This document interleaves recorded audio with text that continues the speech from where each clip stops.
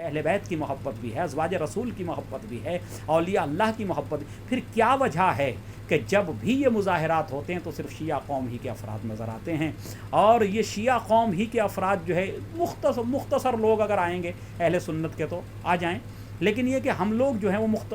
جو ہے نظر آتے ہیں، باقی وہ حضرات نظر نہیں آتے. اچھا، جب تک ہم اس امت مسلمہ کو ایک پلیٹ فارم پہ لا کر کے کھڑا نہیں کریں گے، جب تک یہ ساری امت مل کر کے، اس کے سارے افراد مل کر کے احتجاج نہیں کرے گی، اس وقت تک شاید ہم اس اپنے احتجاج میں کامیاب نہ ہو سکیں. لہذا میں یہ چاہتا ہوں کہ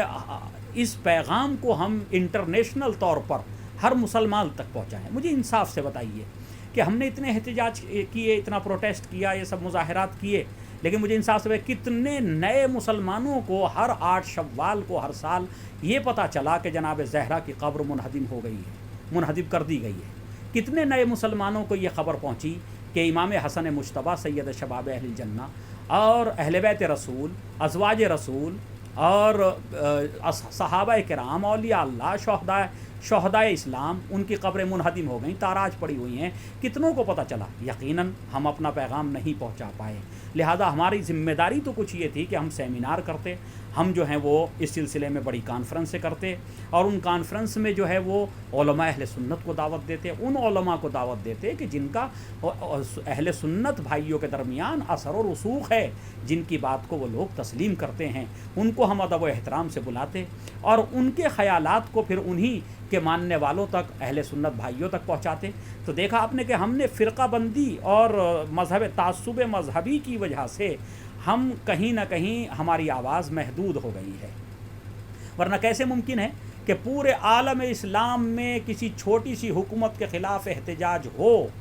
اور تمام امت مسلمہ ایک ساتھ کھڑی ہو جائے اور وہ ملک جو ہے وہ ان کی بات کی طرف کوئی توجہ، ان کے احتجاج کی طرف کوئی توجہ نہ کرے. لیکن کیونکہ ہو یہی رہا ہے کہ صرف احتجاج اور مظاہرے کرنے والے ہم مختصر سی تعداد میں ہیں، لہٰذا اس کا اثر ان ظالم حکومتوں کے اوپر نہیں ہوتا. لہٰذا ضرورت ہے کہ ہم اس طرف متوجہ ہوں.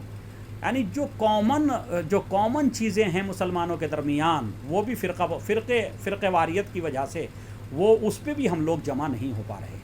ورنہ کون مسلمان ہے کہ جو آل رسول کی قبروں کو منہدم دیکھنا چاہتا ہے؟ سوائے یہودی کے، سوائے وہابی کے، کوئی اور مسلمان ہے؟ کوئی مسلمان ہے. اور دنیا کا وہ کون انسان ہے کہ جو ان بزرگوار افراد کی ذوات گرامی کی قبروں کے بننے کے سلسلے میں آپ کا ساتھ نہیں دے گا؟ کوئی کسی قوم کا فرد ہو، یہودی ہو، عیسائی ہو، سمجھ رہے ہیں، جو بھی جس کے اندر انسانیت ہے وہ یقیناً جو ہے وہ آپ کے ساتھ کھڑا ہوگا. لیکن یہ کوئی تحریک ہو، کوئی مشن ہو، کوئی اسکیم ہو. اچھا، اہل باطل ہمارے خلاف سازشیں کرتے ہیں، اسکیمیں بناتے ہیں، وہ تحریکیں چلاتے ہیں، ان کا ہمارے خلاف، اسلام کے خلاف، حق کے خلاف مشن ہے، وہ اپنی تحریک کو مسلسل آگے بڑھا رہے ہیں، اسلام کو جو ہے وہ مٹانے کی کوششیں ہو رہی ہیں. تو وہ لوگ اگر تحریک چلاتے ہیں یہ جانتے ہوئے کہ وہ باطل پر ہیں، اس کے باوجود وہ تحریکیں چلاتے ہیں، لیکن ہم یقین رکھتے ہوئے کہ ہم حق پر ہیں، اس کے باوجود ہم کوئی ایسی تحریک نہیں چلاتے کہ جس سے ہم باطل کو مٹا سکیں، جس سے ہم باطل کو ختم کر سکیں، جس سے ہم ظلم و جور کا خاتمہ کر سکیں، جس سے ہم مظلوموں کے حامی بن سکیں، جس سے ہم جو ہے مظلوموں کی قبروں کو دوبارہ تعمیر کر سکیں. ایسی تحریکیں ہمیں چلانا چاہیے نا.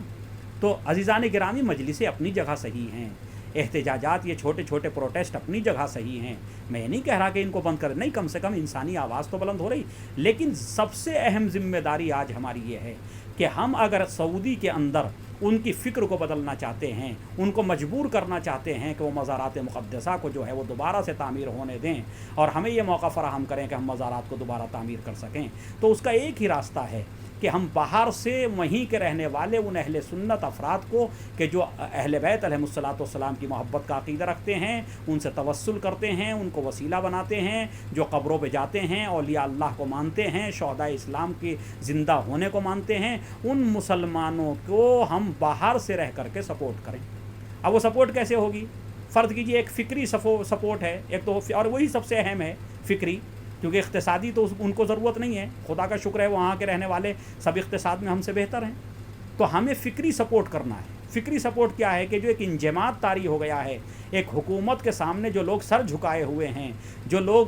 خوف زدہ ہو چکے ہیں، ڈرے ہوئے ہیں، گھبرائے ہوئے ہیں، ان کے دلوں سے اپنی فکر پیش کر کے ایک ان کے سامنے اپنا خیالات پیش کر کے ان کے دلوں سے ڈر کو نکالنا۔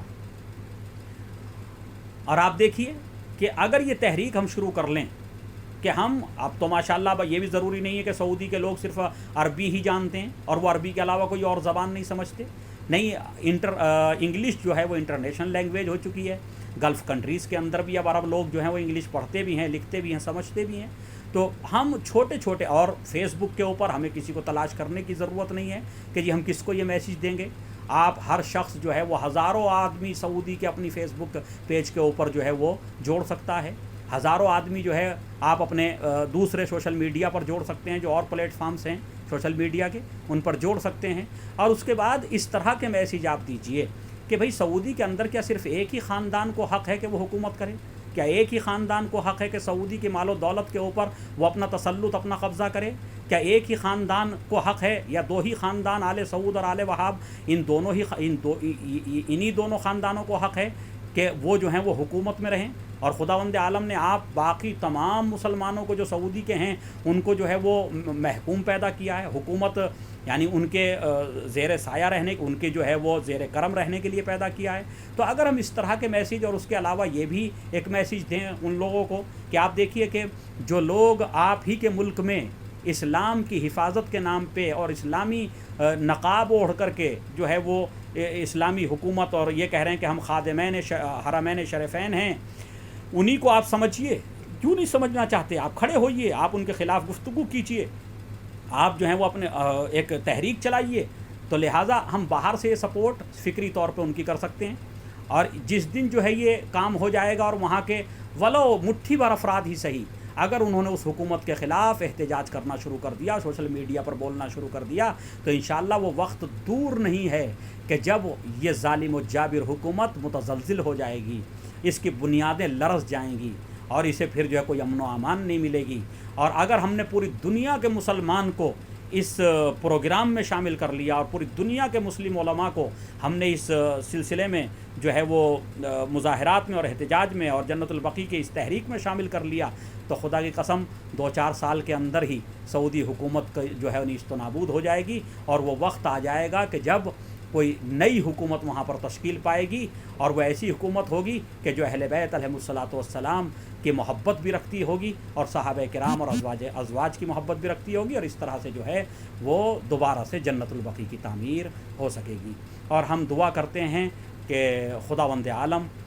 یہ اسباب پیدا کرے اور ہمیں بھی توفیق عطا فرمائے کہ ہم بھی کوئی ایسی تحریک چلا سکیں کہ خداوند عالم جو ہے جلد سے جلد ائمہ علیہم الصلاۃ والسلام کے مزارات اور تمام ہی مخلص صحابہ کرام، اولیاء اللہ، شہداء اسلام اور نبی کریم کے ازواج سبھی کے مزارات کی دوبارہ تعمیر ہو سکے، اور ہم دوبارہ سے ان مزارات میں جا کر کے اہل بیت علیہم الصلاۃ والسلام کے افراد کی زیارت سے مشرف ہو سکیں۔ وآخر دعوانا ان الحمد للہ رب العالمین۔